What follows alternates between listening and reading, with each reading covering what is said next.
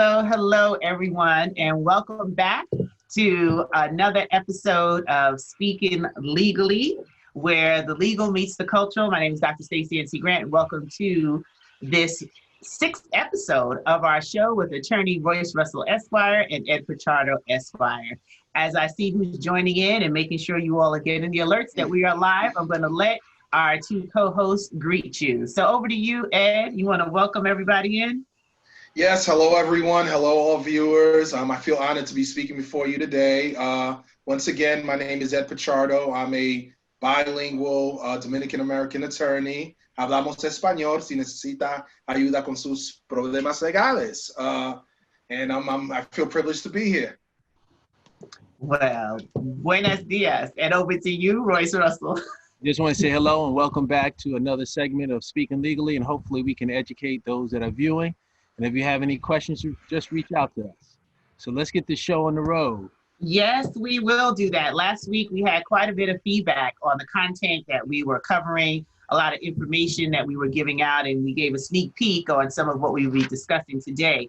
But I know that there was some additional information that both of you wanted to share with the audience around the CCRB complaint process versus internal affairs, and there's like a timeline that we want our community to be aware of when you're filing complaints. So who wants to jump in first on just revisiting some of that? Well, I'll jump in first, and then Ed, maybe you can follow up on what courts are open during this trying times. I would be remiss if we didn't educate those that are watching and those that are listening about the timelines that need to be adhered to or need to be followed in order to move a case forward when you've been the subject of a false arrest or excessive force. There's usually two avenues that you can go. One is filing a complaint with CCRB here in New York, which is the Civilian Complaint Review Board. Now, noting that there may not be a Civilian Complaint Review Board in your state if you're watching out of the state of New York, if you're watching from New Jersey, you're watching from Atlanta, wherever, but there may be an agency that's equivalent to that you can file a complaint about the misconduct and the abuse of police officers towards you. And then there's internal affairs. I'm not a big fan of internal affairs here in New York because when we look at the name internal and affairs, it never works out to our advantage. And when we say internal, that means that the police department is going to work whatever information they have about your complaint internally, and it's going to be about their affairs and not your affairs to ensure that they are vindicated and that you are vilified and trying to move forward.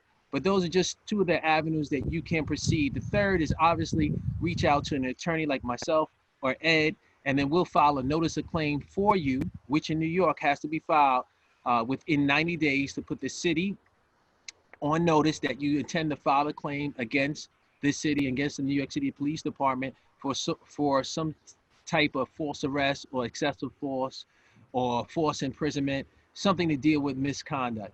And then from there, you have a year and 90 days to file your summons and complaint. But we wanted to at least give you that much so you could work on that piece.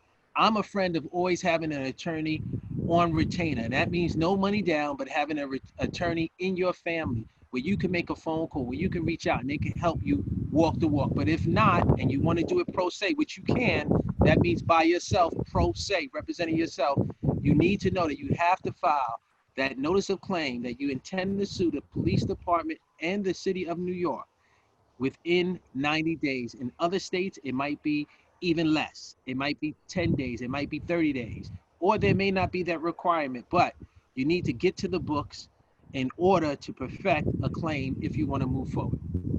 I just want to follow up to the best of my understanding too.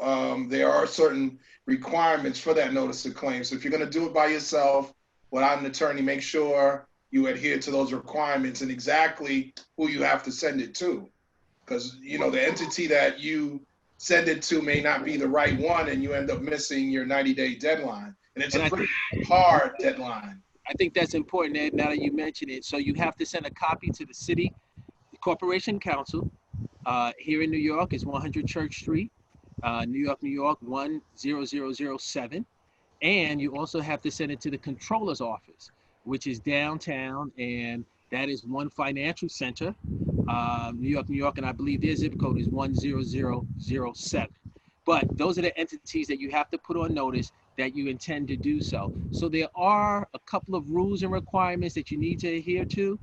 You can also call 311, which is a civil complaint review board, to make a complaint. You can look at this stuff online, but why recreate the wheel when you have those out there that are trained to do this? And so I applaud you. I ask you to go do that. Seek those that know it so they can represent you and you won't stand alone. Exactly. Absolutely. And you have behind you your book, Cardiac Arrest, where that information is also listed so that folks can remember what to do in the complaint process and really be able to have an advantage on giving an attorney like one of you the information that they need in order to get you a favorable result. And that's chapter 10 and chapter 11, so you don't have to waste time looking through the whole book. Exactly. Well, now you brought up something else about the courts. And I think, Ed, you were going to start diving into, we're getting notices all across the country about courts opening on different schedules. So depending on where you are in the country, you have to pay attention, but you have some additional news that I think just came out today regarding courts, particularly in the New York City area.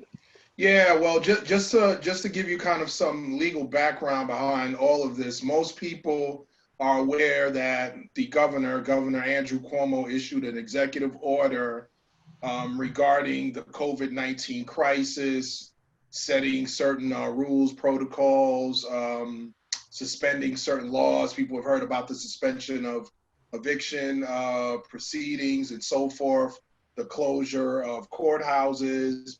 And so the chief administrative judge followed that up with an administrative order in March. And from March till, even today, there have been slight amendments and changes and additions to that administrative order. About maybe a week and a half ago, electronic filings on some non-essential matters that were actually pending was allowed. So then, attorneys were able to file some of their documents with respect to that electronically.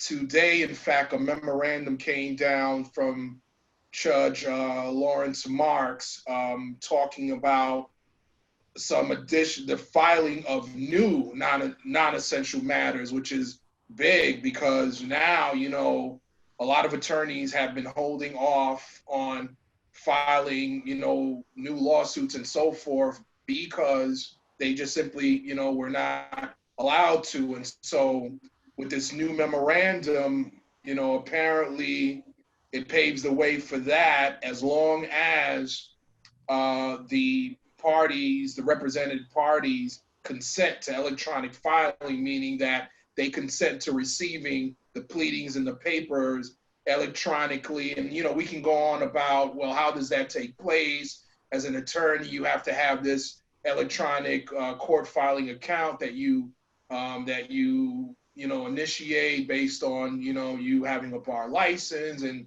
able to receive and send pleadings. But, just want to give you a heads up on that. It's a May 20th memo. Today is May 20th, so it just came out today. There was an administrative order that came out on May 18th that added surrogates court to a list of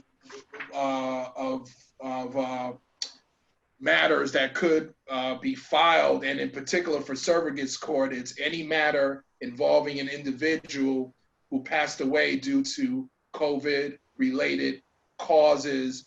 And so, in plain English, if you have someone who passed away, either with a will or without a will, now, you're able to have those matters filed with respect to that individual now. So that was something. And just to circle back a little bit, there were a list of courts or certain matters, because courts and matters are a little different. Like, for instance, for criminal matters, criminal courts during this COVID crisis, what was allowed to transpire, allowed to take place were arraignments, bail applications, reviews and writs, temporary orders of protection, resentencing of retained or incarcerated defendants, and essential sex offender registration act matters. So those were matters that were considered matters that could not be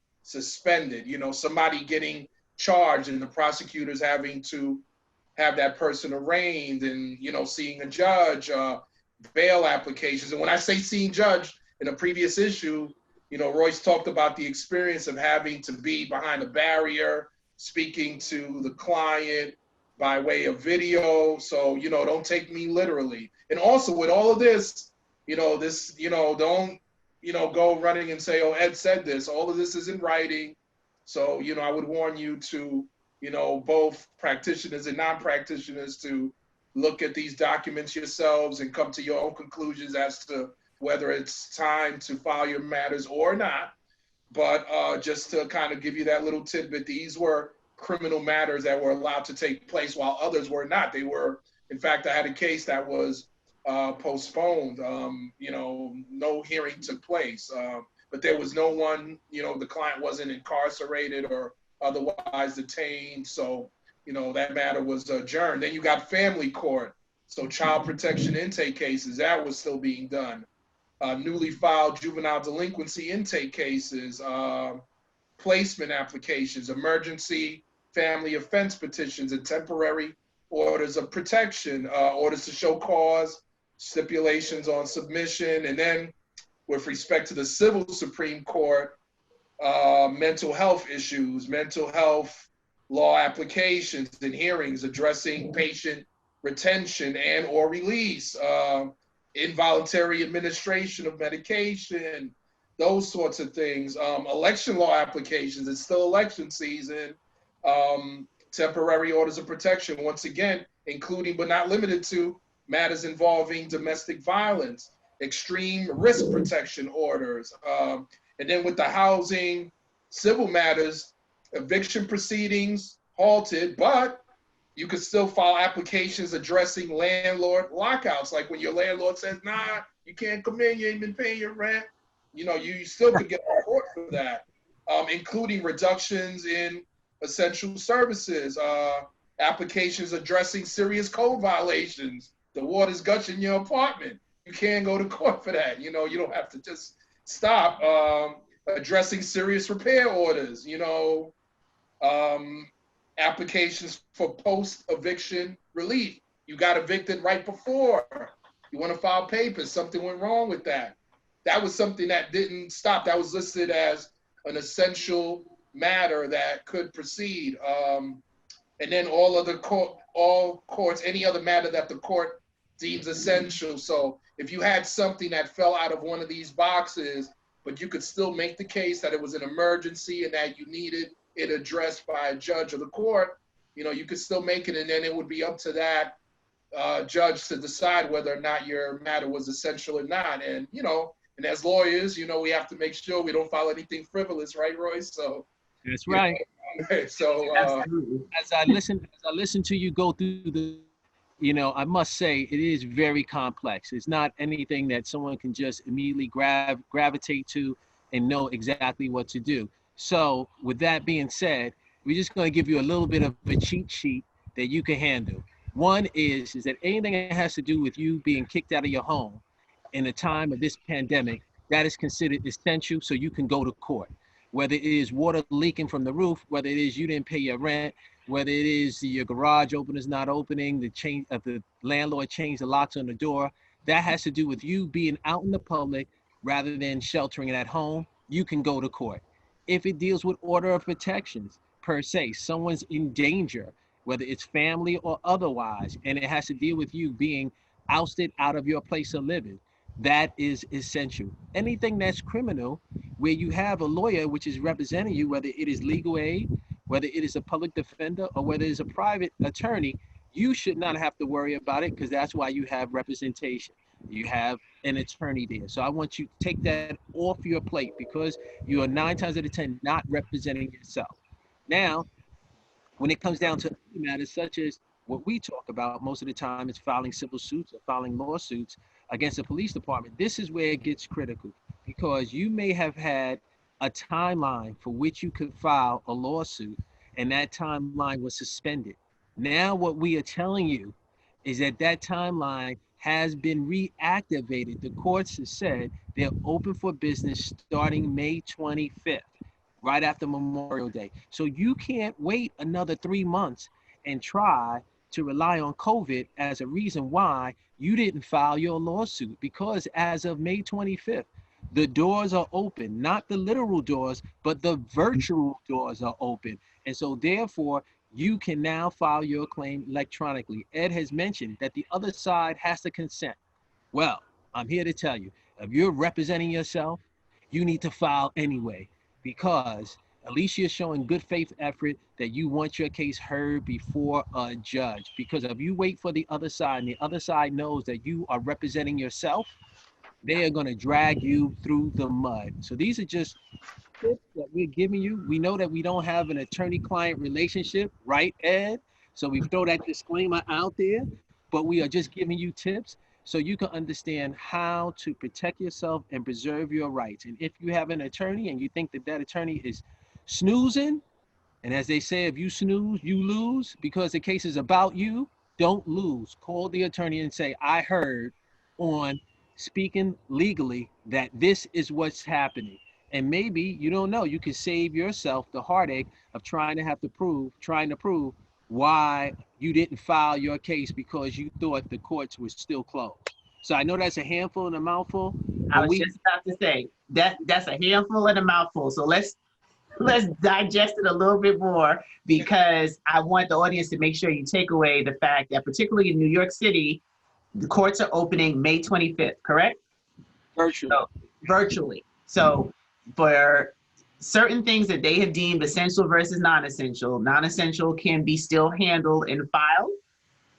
Well, it says beginning that day, e-filing through New York State CEF system, including the filing of new non-essential matters, will be restored in those counties of the state that have not yet met the benchmarks required to participate in the governor's regional reopening. That's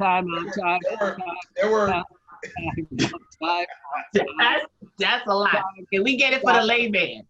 Time out. So, and I know you meant to do this on purpose to show everyone how exaggerated it is. If you have a new lawsuit, simply you can file it as of May 25th electronically.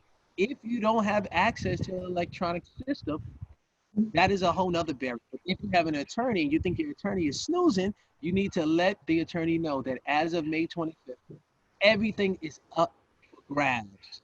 You can file. Don't worry about essential or non-essential. File. And I'm going to back up Royce on that, because there's even a sentence here in parentheses that says, unrepresented litigants may continue to file, serve, and be served papers through non-electronic means in those cases. So listen, that means don't take any chances. Do what you got to do. Now, I need you to say that for our Latin family. You need to let them know that the courts are open. Well, le quiero dejar saber a la comunidad latina, hispana, que la corte ahora van a abrir, empezando el 25 de mayo. Ellos van a recibir papeles electrónicamente, pero también están diciendo que ciertas gentes que están representándose ellos mismos en ciertos asuntos pueden continuar metiendo papeles en la corte, sirviendo esos papeles y recibiendo papeles a través de métodos que no son electrónicos en estos casos. So, ahora mismo le estoy advirtiendo a la comunidad que si usted tiene algo pendiente, debe contactar a su abogado, si tiene un abogado, para preguntarle el estatus de su caso, o si uno está planeando meter su caso propio en corte, pues ahora es el tiempo de empezar haciendo eso y empezar ese proceso. Okay. Gracias. So we want to make sure that our community understands, because we don't know what's coming and what's next and what you already have on the table. If you can get a private attorney, you have two right here that can advise you and work through the process with you. But definitely we want you to be informed about the changes. Things are happening really fast in this new normal that we're living in. So the legal meeting the cultural is important so that you really understand the information and share this broadcast with those that you think need to hear it. Everybody has situations going on, and there's no need to suffer in silence. You have two experts here that can guide you and give you just some insight. There's no attorney relationship that you have right now because you haven't retained them as your attorneys, but you have the benefit of their knowledge on this show, being able to help you navigate these new waters and be mindful of the things that you need to know about. So with that being said, we're going to switch gears into something that Mr. Russell touched on last week. And given this COVID-19 climate that we're living in, everyone's sheltered in, there are limited choices on what you can do and where you can go and how you proceed. And it's raised a huge red flag for situations of domestic violence. We know that this is something in our community that we've had a lot of advocacy around, being able to give resources and bring information to help save people's lives. Of course, the majority that we see, it's the woman, but there are men in the situation as well. And domestic violence is a issue that we have to deal with. But in this COVID-19 climate, I really want us to go into what Mr. Russell raised. How do you manage if you are in a dangerous situation? What should you do? How should you do it? What kind of information can we give? Because we see what the numbers are saying, and we don't want anyone to lose their life unnecessarily. Definitely not to the virus, but not to domestic violence. Well, when it comes down to life and death, I don't think you can wait, right? And so if you are victimized or you're a victim of abuse, whether it is physical or otherwise, because the mayor or the governor has curfew or rules that you cannot leave your house, I say to hell with that. You know, mask or no mask, any type of sanitizer you have in your hand or no sanitizer in your hand, you need to file a complaint with the police. You need to make sure that your voice is heard. You need to pick up the phone and call the police.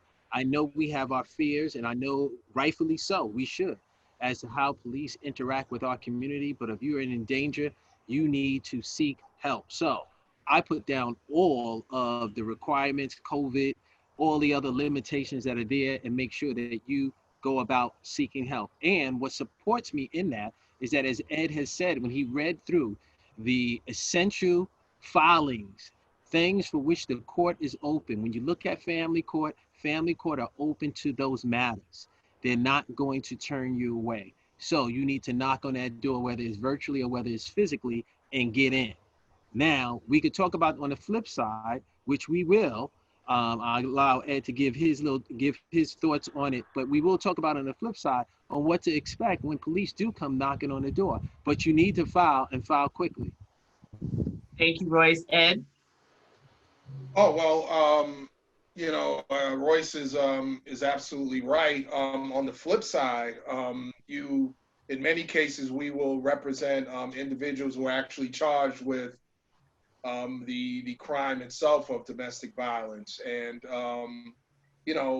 keep in mind that if the police show up, that more than likely, if there's some proof of some sort of assault, physical violence, or threat of violence, in many cases, the accused is going to have to leave that home. Now, whether or not they get a desk appearance sticker or ultimately detained is going to depend on the facts of the situation.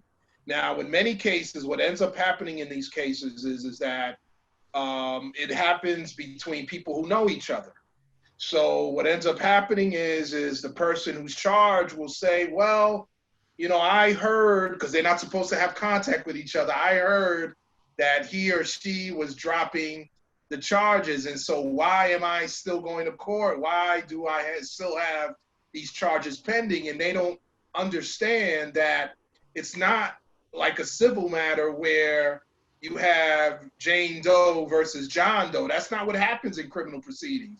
If you notice, if you look at the caption of any criminal case, you will see the people of the state of New York or the state of New York versus John Doe.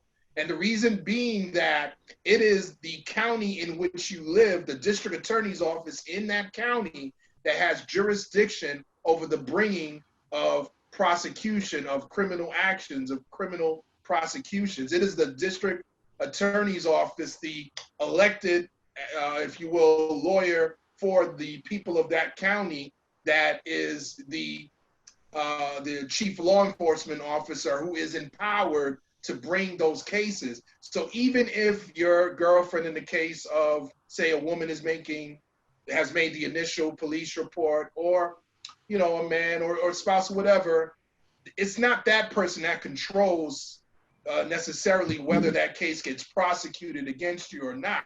It is the district attorney that is prosecuting that case, and it is the district attorney who will need to make a motion to dismiss that case unless you take the case to its conclusion and a judge ultimately drops the case. And then we could maybe also talk about the conversion of a criminal information and so forth, which is a document that has to be filed by the district attorney that has to be signed off by the victim saying, well, I'm sorry.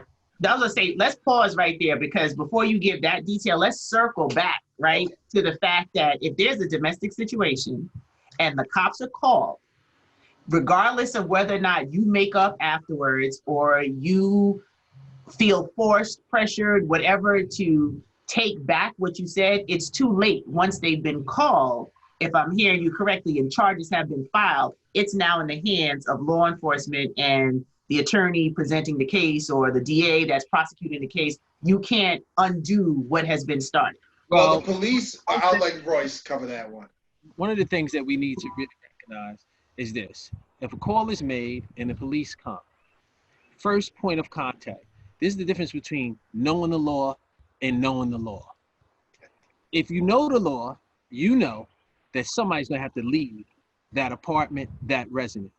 If you think you know the law, then you might be beating your chest saying that you can't arrest me and you can't force me to leave my own apartment, especially during the time of the pandemic. So, answer, you will be forced to leave because the police are not going to take a chance on allowing anyone to stay there, and further harm is caused by the victim, whether it's death, whether it's hospitalization, because then they're leaving themselves liable to a lawsuit, and they've already been sued left and right. So you will have to leave. That is one. And what I've been preaching, and what Ed has been preaching, and what I've talked about through cardiac arrest, is that you need to understand police are people too.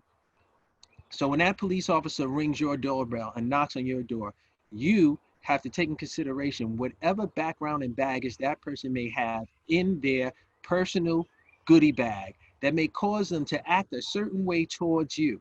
They could be going through a divorce. They could be a victim of child abuse. They could watch their family have gone through a divorce, or their sister or loved one. So now they're at a domestic violence call, and so they may not treat you so kindly. So you need to pack up and get out. That's one. Two, as Ed was saying, when it comes down to order of protections, let's just say we broad brush and just now we at a point where there is an order of protection, because I think this is important. And we'll have other guests come on speaking legally, and we can go through dotting the I's and crossing the T's. But if you have an order of protection that is filed against you, as Ed said, it is not up to the person, the woman or the male for which you have an order of protection against, or where you can't speak to that person. It is not up to them to determine that if they text you, you can text me back. If they Zoom you, you can Zoom me back. If they Instagram you, you can Instagram back, or TikTok, or Talk the Tick, or whatever it is, whatever mode of communication you think that you're going to use, because boo and bae is all right now. I'm telling you, you can't do it, because it is an order of protection, which is a contract between you and the judge, a contract between you and the judge. And that is what matters, not anything else. So save the texts, save the boos, save the I love yous, save whatever it is that they sent you, put it in your back pocket. They understand that you cannot be in contact with them. And if you violate that, you're setting yourself up for a downfall. You're not only setting yourself up for possible brand new separate charges, but you can also be found to have violated the conditions of your release and possibly, cause yourself to, be detained for the remainder of your case because you violated, as Royce stated, your agreement with the judge. And that's an easy 60 days in jail. It's called contempt of Wow. court. It's a B misdemeanor. So stay away from it as far as you can. And we know that it's trying times. That's why we're bringing it up. We know that there's an uptick in domestic violence. We know there's an uptick in not necessarily obeying the rules and the laws, because there's other things that police officers should be involved in. But we know that the heavy hand of the law on the community of color has not been lifted. So your doorbell will ring, the knock will come, and you will be processed and prosecuted, because they have not stopped policing our community, and they're not going to stop over policing our community. And in this particular case, I would say that it's better to be safe than sorry, anybody who might be victimized. And for individuals who are experiencing a certain level of stress, if your mental health is an issue, I know in our community, many men of color have a problem seeking help. Please seek help. Call 311, ask for the mental health line, ask to speak to a professional, ask to speak to somebody to talk about the stress. Maybe you're on furlough, or you've been laid off, or you can't earn right now, and you're not making any money, and you're stressed out. You don't know what's going to happen next, and then sometimes that causes you to take it out on the person that you love, and or the children around you, or whoever it is that lives with you, and you have to think. You got to think and put the thinking cap on and say, it's better for me to seek some help, talk to somebody than not, and then have this thing turn into a situation that completely spirals out of control. So please, I implore members of our community, por favor, le digo a todos los miembros de la comunidad, si usted está teniendo un problema con su salud mental, si está sufriendo de estrés y necesita hablar con un profesional, llame el 311 y alguien va a hablar con usted y ofrecerte esa ayuda. That is so important and key to really share this message, from both ends. It's a sad hurt people, and we'll never condone anyone getting hurt. And we really want to make sure that with the uptick in domestic violence, that nobody's suffering alone, that they realize that they do have some sort of recourse. And as Royce said earlier, you want to save your life. So whatever that means and whatever you need to do to get to safety, to get order protection, we're just explaining all the way through what happens once that is in place. Because unfortunately, there are also instances where people or individuals have the cops called on them unfairly, right? And that we find out later on through a case in a trial that it was a wrongful charge or situation. So there's so many different layers and angles to it, but definitely we want you to make sure that you do not put yourself in a situation that you don't have to be in by staying, that there are hotlines, as Ed just shared, that you can call and you can get help. You can call 311. There's all sorts of health and mental health opportunities for people to log on and get support and resources. So at the end of the day, we have to take care of ourselves in our community. And if we see something that doesn't sound right or look right with someone that we love or care about, let's not sit silently on the sidelines until something tragic happens and we say, I wish I would have. Let's be ahead of what could possibly happen and not reactive, but proactive. One of the things I also want to add is that, and Ed, you touched on it, that people believe that if the complaining witness decides that they do not want to go forward, that the case will go away. And that's not the case, because we've seen cases being prosecuted where the victim does not want to go forward. And sometimes the district attorney's office is able to still proceed with the criminal charges. And we say, how can that happen? The slick guy in the community, or the slick abuser or oppressor in the community, saying, look, that person does not want to go forward. And I don't want to be biased to any particular agenda, but that person does not want to go forward. And so therefore, this case will be dismissed. Well, sadly, but not so sadly, the court and the law has arranged it that if there is a 911 call where the victim is calling the hospital and is saying, my girlfriend or my boyfriend is beating and hitting me right now, well, that call can take the place of the victim being present. You know, we will not go too far into an excited utterance, but that's what it is.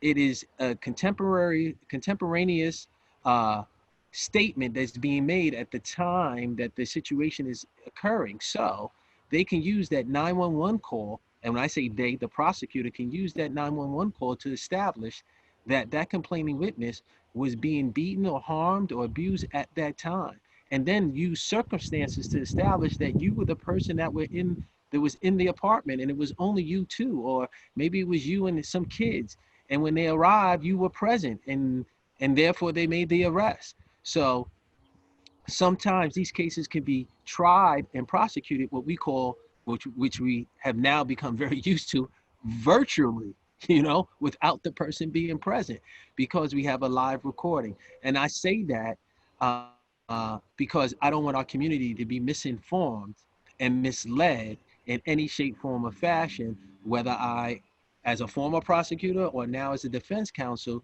The truth is the truth, and trying to be a truth teller, I want our community to know what could happen to it. Yeah, absolutely. Because what you're dealing with here is certain situations where the police officer can testify independent of a victim. Like, for instance, if that officer gets to the scene and observes actual injuries on the victim, that's something that they can testify to on the stand.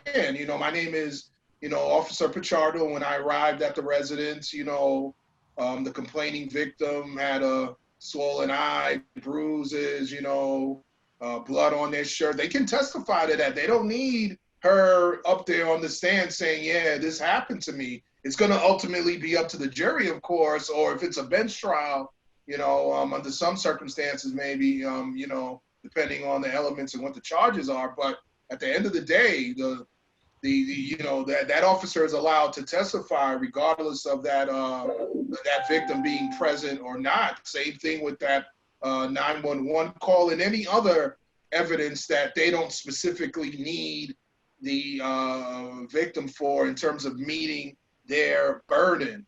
So, this idea, in the community that, oh, well, she wanted the charges dropped, he wanted the charges dropped, why is this continuing? Sometimes we get instances where victims will contact us and say, well, what do I do? I don't want the case to go forward. I already told the police. I went to the station and told them I want the charges dropped. The district attorney called me the other day and they want me to come in and sign some paper. And, I don't want this thing to continue.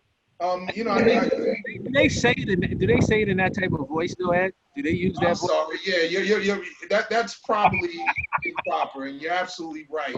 I'm kind of just voicing the angst and concern that some of these folks have when they contact me, man or woman, as to what's happening, because it happens as Stacey mentioned earlier, as the doctor mentioned earlier, on both sides, both genders. I tried, I had a client one time who, my client, the defendant, was a woman. She was accused of beating up her boyfriend. She was former military, and, not that to say that means anything, but, I've encountered cases where, both were the same sex. It doesn't really matter, so I didn't mean to convey that they speak only a certain way, that it's only No, I know you didn't. I know you didn't. Tease it. One of the things to add on to what you were saying is that basically what I hear in your voice is the person now having empathy and sympathy and want this whole thing to go away, and it can't go away. And then, if you want to add the cherry onto the top of the ice cream, just imagine if there was an order of protection that was involved, and that other person is saying, well, she texted me to come on over, or he texted me to come on over, or whatever the situation may be. So now you have a contempt of court on top of the domestic violence situation. And if we're really going to be truth tellers, we know sometimes this is a catch-22, that sometimes this is done intentionally, where one person is called over knowing that there's going to be a violation of an order of protection, and everything's good until everything is not good. And now you got a violation of order of protection, and now you got a potential domestic violence situation, even though it wasn't anything physical going on. It might have been verbal, but you wasn't supposed to be there in the first place. And let me talk about a cultural aspect to this thing as well, because, we both, live in a community, have lived in a community. These domestic violence situations get extremely complicated. If in many cases, the person being charged and having to leave that home is a breadwinner, the Oh, person yeah. who pays the rent, the person who pays the bills. The criminal justice system is completely, they're not adequate when it comes to dealing with these situations. There seems to be this severe preoccupation with prosecution and very little support for, these victims. So when that sister's saying, or that brother's saying, hey, listen, I can't have this continue. Sometimes it's simply, look, he was paid. Yes, it's strictly economics. It's child care. It's, kids are like, where's my mom? Where's my dad? What's going on here? There's a lot of stuff going on. It gets extremely complicated, So I just wanted to kind of add that dimension to it as well. Well, we're not blind to the cultural aspects, although Lady Justice might be blind as they hold the scales up there, but we understand that, breaking up the family unit has been going on since slavery, and it continues. And I know we might digress from the domestic violence that we're talking about, but this is history. This is our culture. This is bringing culture. This is bringing legal. This is bringing both of those things together, and having that understanding and having that empathy and having that wherewithal, I think makes people better advocates for those that are in those positions. I mean, we've always talked about, what does the face of change look like? Whether it's in civil rights and protecting those that are subject to abuse and excessive force, to being a defense counsel, defending someone if they happen to be a person of color that is facing the death penalty or facing something as small as a trespass because they stand in front of their building, or something as a domestic violence. Understanding all those dynamics always bring me back to, if we stay within the colored diaspora, we will get more bang and more mileage and feel more satisfied as far as our representation and what we got out of the criminal justice system, the system in general, and how we thought our case was managed. And I will always preach that, bring that up. Absolutely. And I also want to mention that I want to put on my labor attorney hat for a hot second. Keep in mind that there is a law in particular in New York City that if you're a victim of domestic violence and you're having to miss work, and I believe this is for a city job or a job, such as, say, you work for transit or the city, you and let's say you get you end up getting disciplined for missing work or otherwise, it affecting your duties, that one of the defenses to those disciplinary proceedings is having to attend court hearings and or missing work because of this domestic violence case. So if you're a city worker, municipal employee, or transit worker, and you're also the victim of domestic violence and you're missing work because of those cases, make sure you keep those records. So if your employer files disciplinary charges for absenteeism or the like, you're able to provide that to, most of the time you're going to get a lawyer from the union representing you. Make sure you have that ready to say, hey, listen, this is what's going on. And I know it's hard sometimes for victims to talk about this because sometimes they're a little ashamed and they don't want to talk about it, but it's better for you to be candid with your attorney. And when I was a union lawyer, I would pull the labor relations attorney to the side and, hey, look, I don't want to make a big deal about this. My client is, concerned about this getting out to the other co-workers and so forth. But, this is what's going on here. Let's drop these disciplinary charges and let's, give her a chance to deal with this. And most of the time it worked, but I just want to point that out. I think that's important to really consider all of that. I know you were saying something, Royce. I'm going to let you jump in. But as we're winding down, I mean, this was a full show and on a very serious topic. Of course, I hope everyone took notes earlier on when we opened up about how to file for a complaint, when to file, what the deadlines are, so that you are equipped with the right knowledge, because courts are opening up. But when it comes to domestic violence, we could be on multiple shows just talking about the different layers and the effect that it has, particularly in our community. But we want to drive home the point. Please do not suffer in silence. There is help available. Reach out to get that help. Don't feel embarrassed or ashamed. It's not your fault, and you did nothing wrong. We want you to be able to survive, and we want you to be able to protect yourself. So there are resources available from 311 down to a multitude of websites that you can go to if you just Google support for domestic violence, particularly here in New York City, but all across the country. Thank God for the advocates. Thank God for those on the front line that are really doing their best to help decrease those instances of domestic violence that are appearing in our communities, particularly, and even more so now because of COVID-19. Royce, I'll let you go ahead and finish your final thoughts, and over to you, Ed, before we wrap up today's show. Well, just elaborating on Ed's comment as far as protecting yourself at work when you have to deal with domestic violence. As we forward think, and as we are labeled forward thinking people, we should start to contemplate how we can use that when it comes down to your civil rights being violated. If you're being abused by the police and you have a lawsuit against them, or if you've been a victim of excessive force and you have to miss days of work in order to pursue that, I think that there should be some leverage to make sure that you're not disciplined again because you're missing days of work to pursue something that was not your fault, that you had no hand in, but for the fact that you were of color in America. So, are there people out there that are advocating, that belong to unions, that belong to various other civic groups? Maybe they can take on that task to ensure that that is a defense and that is a protection that those who work for the state and work for the city can also have as they try to seek some type of redress in pursuing justice. Awesome. Thank you, Royce. And over to you, Ed. And let's also wrap up some of the summary of this conversation in español for la familia.